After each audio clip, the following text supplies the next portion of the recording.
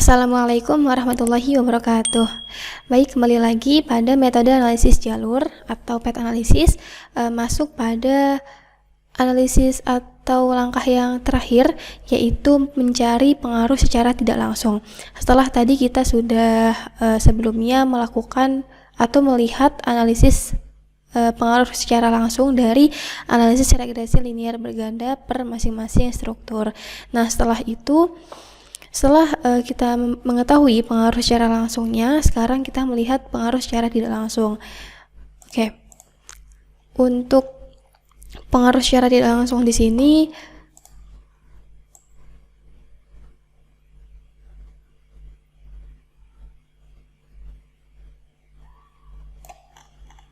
atau melakukan pengujian hipotesis mediasi di sini adalah menggunakan uji Sobel.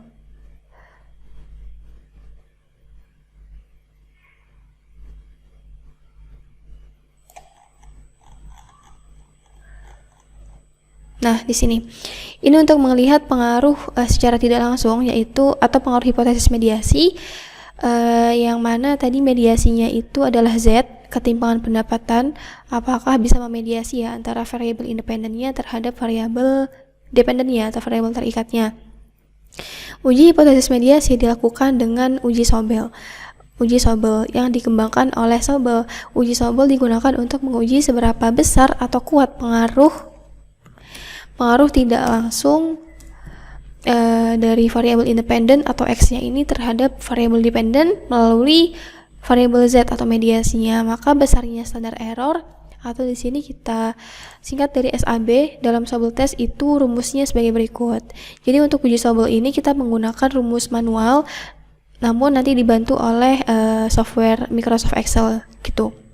Ini untuk mencari standar error atau SAB dari akar koefisien regresi kuadrat, terus standar error koefisien dari regresi A kuadrat ditambah koefisien regresi korelasi antara hubungan X dengan Z itu dikuadratkan, kemudian standar error koefisien regresi B kuadrat ditambah standar error koefisien regresi A kuadrat dan dikali standar error koefisien regresi B kuadrat, kemudian diakarkan. Selanjutnya untuk melihat tingkat signifikansi atau apakah pengaruhnya itu signifikan ya, apakah terdapat pengaruh secara tidak langsung yang signifikan, itu menggunakan uji T. Nah, sebelumnya untuk uji T ini sama menggunakan alfa 0,05. Nah, uji T ini nanti akan dilihat dari di sini belum ditulis. Nah, jadi uji T nanti akan dilihat dari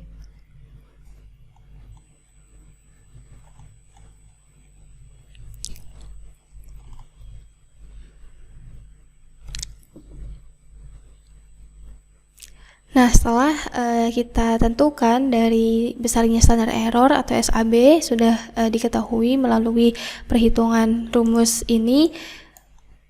Nah, untuk menguji signifikansinya atau pengaruh tidak langsungnya itu menggunakan rumus T sama dengan AB per SAB. Nah, nanti dari T hitung ini akan kita bandingkan dengan nilai T tabelnya, apakah lebih besar atau lebih kecil. Sehingga apabila nilai T hitungnya ini lebih kecil dari T tabel,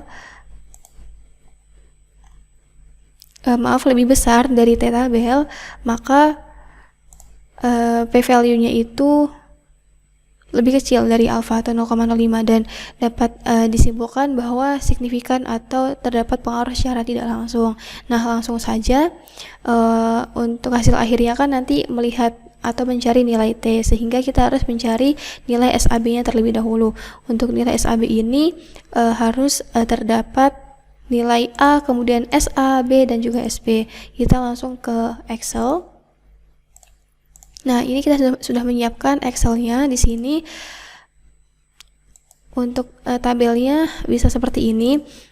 dengan variabel yang diambil ini variabel X1, X2 dan juga Z atau mediasinya. Jadi di sini kita tidak membagi menjadi dua substruktur, namun kita langsung mencari pengaruh secara tidak langsungnya ya dari variabel X1, X2, Z terhadap Y-nya. Nah, di sini kita akan melihat koefisien dari X1, X2, Z, kemudian standar errornya. Nah, kita cari di sini untuk koefisien A atau A pada X1 terhadap, berarti ini X1 terhadap IPM terhadap Y. Nah, kita lihat dari regresi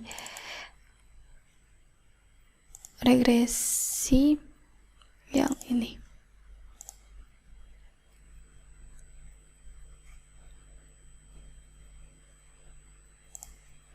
Yang struktur 1.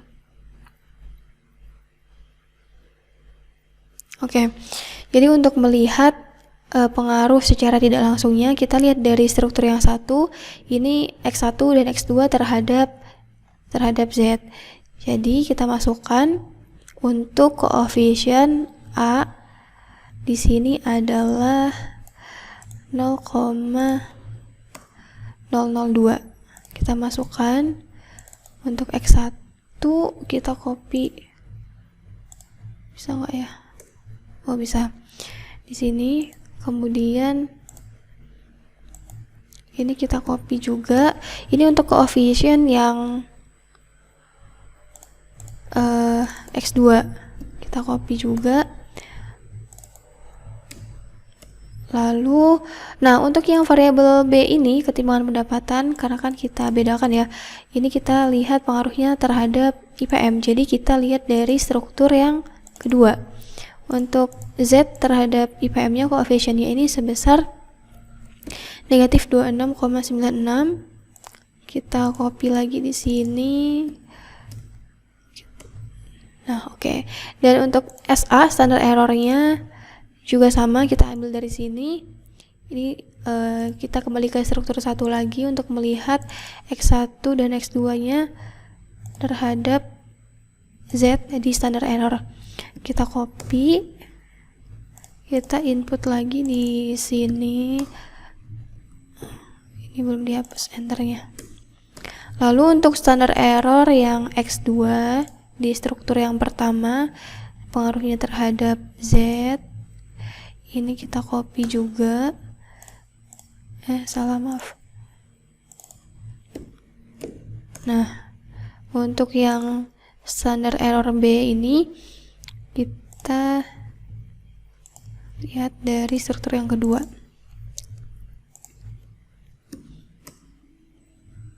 Kita copy paste lagi di sini. Nah, sudah. Nah, jadi ini makanya dikasih kode atau simbol ya, SA, SB. Jadi di sini A itu struktur 1, ini A itu struktur 1, kita tulis aja struktur 1. Terus ini tuh B itu struktur 2. Jadi kita melihatnya itu berdasarkan strukturnya. Nah, jadi ini X1 terhadap Z, X2 terhadap Z, dan ini Z terhadap Y untuk melihat pengaruh secara tidak langsungnya. Kemudian ini yang harus kita cari untuk kita nanti mengetahui standar error dari uji sampelnya ini atau uji sampelnya. Nah, tadi kan yang ingin diketahui itu adalah SAB ya, dari A, kemudian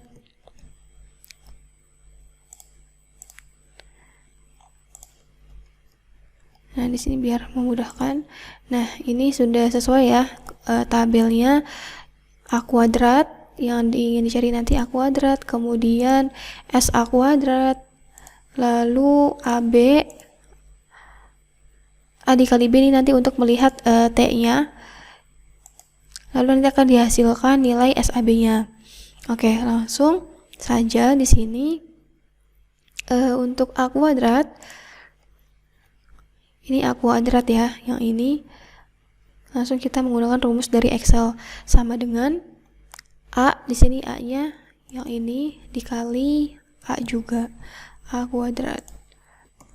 Nah, yang ini juga A kuadrat pada variabel X2 sama dengan ini dikali ini juga. Nah, lanjut kita SA. SA juga sama, posisinya di sini pada variabel X1 dikalikan dengan SA. Nah, untuk SA kuadrat juga sama, yang pada X2 dikuadratkan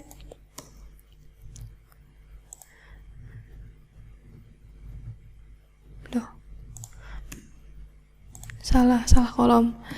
Ini SA kuadrat, yang ini dikali nih. Kemudian untuk mencari B kuadrat juga sama, B dikali B. SB juga sama, SB dikali SB, jadi SB kuadrat. Nah, sudah ketemu untuk nilai A kuadrat, SA kuadrat, B kuadrat, dan juga SB kuadrat. Selanjutnya AB ini perkalian A dikali B. Nah, A untuk X1 dikali dengan B. Jadi ini kolom C2 dikali dengan C kolom C5 untuk melihat A dikali B pada variabel X1. Kemudian sama untuk variabel X2, ini A untuk koefisien dari X2 dikalikan dengan koefisien dari Z. Nah, lalu untuk uji Sobel ini tadi kan rumusnya seperti ini ya. Rumusnya B kuadrat ditambah SA kuadrat, kemudian ditambah dengan A kuadrat, terus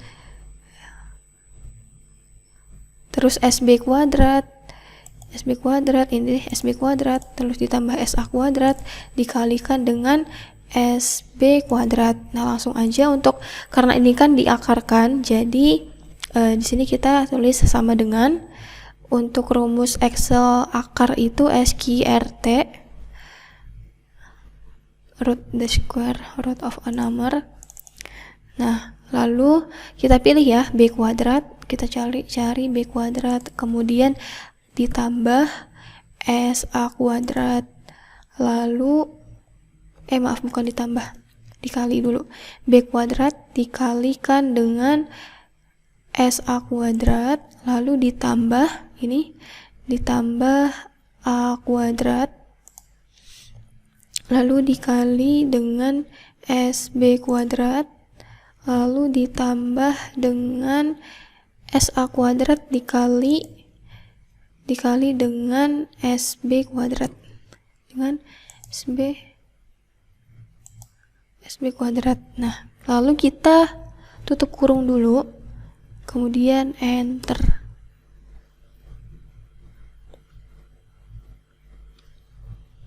Oke, kita cek dulu hasilnya. Nah, di sini tadi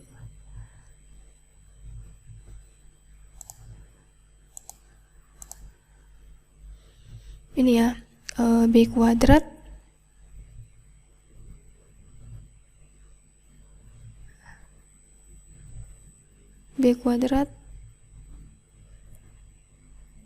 lalu SA kuadrat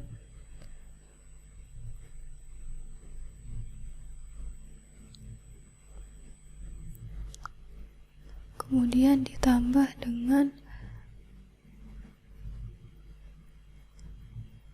A kuadrat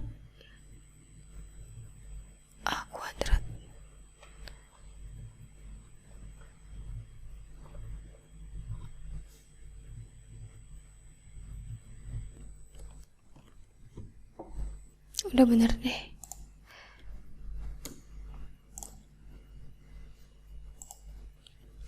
Oke, ini udah tepat untuk perhitungan SAB atau standar error dalam Sobel test ini.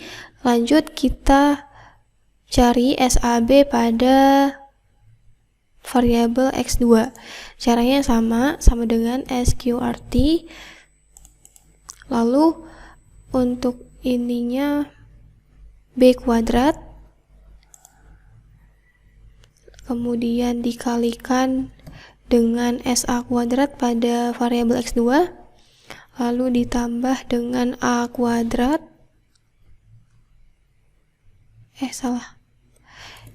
ini dikali SA kuadrat ini, kemudian ditambah dengan A kuadrat dikalikan dengan ini SB kuadrat dikalikan dengan SB kuadrat, lalu ditambah dengan SA kuadrat dikali SB kuadrat, tutup kurung, kita enter, hasilnya 0,18.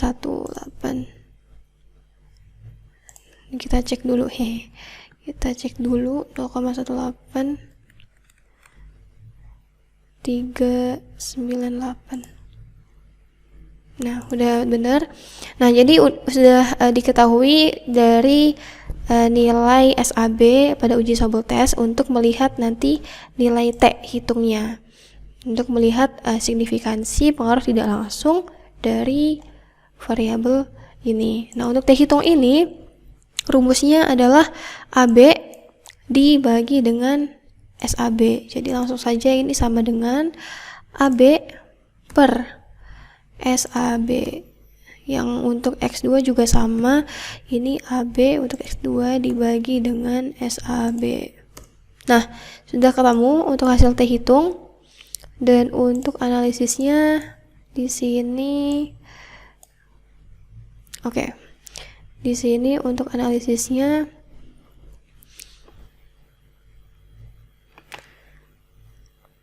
nah, hasil analisis menggunakan uji Sobel menunjukkan bahwa penyaluran dana Z secara tidak langsung memberikan pengaruh positif dan signifikan melalui ketimbangan pendapatan. Ini ditandai dengan nilai T hitung ini, dan T tabelnya itu diperoleh 1,65, sehingga T hitung pada penyaluran dana ZIS atau X1 ini lebih besar dari nilai T tabel. Artinya bahwa X1 memiliki pengaruh yang signifikan secara tidak langsung, memiliki pengaruh secara tidak langsung dan signifikan terhadap variabel Y melalui variabel Z. Sehingga apabila terdapat peningkatan nilai pada penyaluran dana ZIS, itu signifikan akan memberikan pengaruh positif terhadap IPM melalui ketimbangan pendapatan. Nah, selanjutnya pada variabel yang X2, di sini X2 juga sama, nilai T hitungnya adalah 2,248. Nah, ini lebih besar dari nilai T tabel. Di sini nih typo. Di sini T hitung memiliki nilai lebih besar dari T tabel 1,65, sehingga negatif 2 atau 2,248 lebih besar dari 1,65. Artinya bahwa variabel X2 ini memiliki pengaruh secara tidak langsung yang signifikan secara positif terhadap IPM melalui ketimbangan pendapatan atau melalui variabel Z. Sehingga jika terdapat peningkatan nilai pengeluaran pemerintah, itu signifikan akan memberikan pengaruh yang negatif. Pengaruh yang negatif terhadap IPM, terhadap ketimbangan pendapatan. Jadi dapat disimpulkan di sini dari kedua variabel X1 maupun X2 itu memiliki pengaruh yang signifikan, ditandai dengan nilai T hitung dari kedua variabel ini itu lebih besar dari nilai T tabel, yakni 1,65 ya tadi, 1,65. Sehingga dapat disimpulkan keduanya memiliki pengaruh secara signifikan dan tidak langsung terhadap variabel Y melalui ketimbangan pendapatan atau Z. Nah, namun untuk apakah memiliki pengaruh secara berbanding terbalik atau berbanding lurus, itu ditandai dengan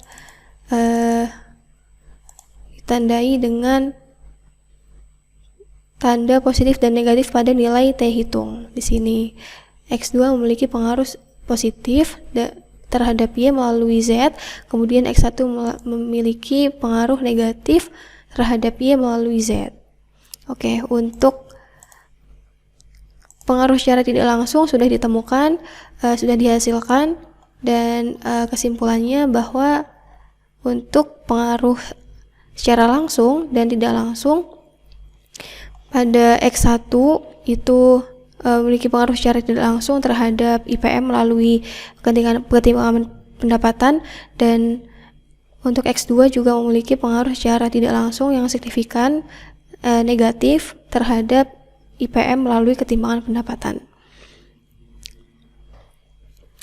Nah, sehingga dalam penelitian ini dapat ditarik kesimpulan pengaruh secara langsung dan tidak langsung melalui metode analisis jalur atau PET analisis itu secara langsung penyaluran dana ZIS atau X1 memiliki pengaruh yang negatif dan signifikan terhadap ketimpangan pendapatan di Indonesia, sementara X2 pengeluaran pemerintah itu memiliki pengaruh positif dan signifikan terhadap ketimpangan pendapatan di Indonesia atau Z-nya. Kemudian secara langsung dari penyaluran dana ZIS terhadap IPM ini memiliki pengaruh yang positif dan signifikan terhadap IPM, sedangkan untuk pengeluaran pemerintah atau X2-nya ini tidak berpengaruh secara signifikan karena nilai T tadi menunjukkan probability yang tidak signifikan terhadap IPM.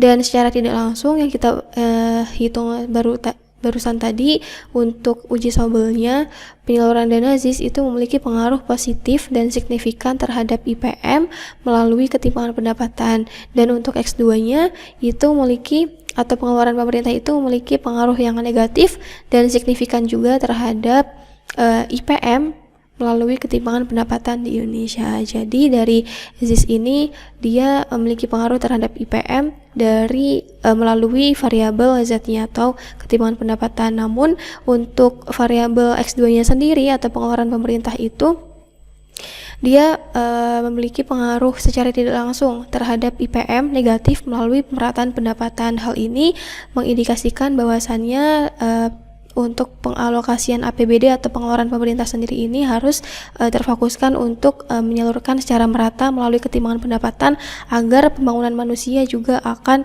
meningkat. Itu saja untuk penelitian atau metode analisis data pada penelitian kali ini. Kurang lebihnya mohon maaf. Saya Lia Anissa. Billahi taufiq wal hidayah. Wassalamualaikum warahmatullahi wabarakatuh.